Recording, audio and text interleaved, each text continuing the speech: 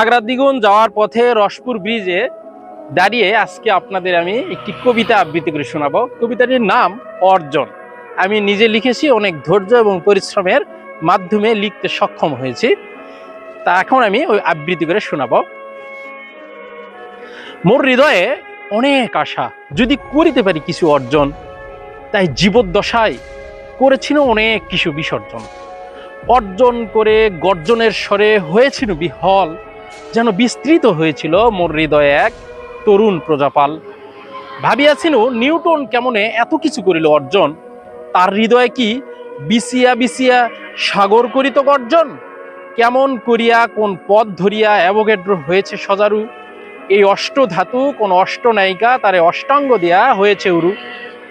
ভাবিয়া ভাবিয়া মোর প্রাণকে ডাকিয়া বলেছিল কত কথা, গ্রাম্যাস্য থাকিয়া মোর হৃদয়ে গাথিয়া গাথিয়া দিস না এত ব্যথা। বলেছিল চোষক ছাড়িয়া বসুকার পথ ধরিয়া দেখায় দে দাপট, লড়িয়া লড়িয়া দিগি জয় করিয়া হয় যা কর্মঠ। জসিমউদ্দিন কবিতার মালা গাঁথিয়েছে মনে, দেশে দেশে করিয়া ছপর, তুই কেন আজ মহামাত্রর দ্বারে দ্বারে ঘুরিয়া হয়েছিস নফর।